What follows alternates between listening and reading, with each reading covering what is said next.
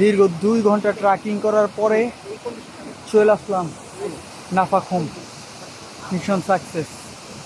যদি পায়ের জোর না থাকে টাকায় কাজ হইব না, টাকা দিয়া আসে যাব না হেলিকপ্টার ছাড়া।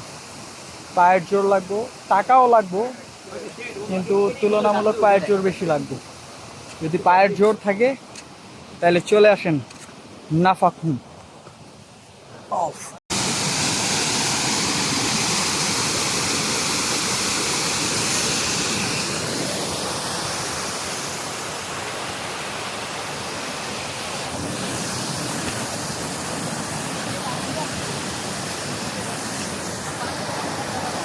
এই যে নাফাখুম ঝর্ণা, কিছুদিন আগে এই জায়গায় লাফ দিয়া 2 জন ছেলে হারা গেছিল। বর্ষাকালে আরও অনেক পানি থাকে, এই যে কালো অংশ পর্যন্ত পানি থাকে। তো এখন তো বর্ষাকাল না, মাত্র বৈশাখ শুরু হয়েছে। তো তার কারণে পানি অনেক খুবই কম। এই যে স্রোত, জলপ্রপাত, তো এর কারণে ব্যাপক পানি থাকে, ব্যাপক। তো আমাদের আসতেও কষ্ট কম হচ্ছে।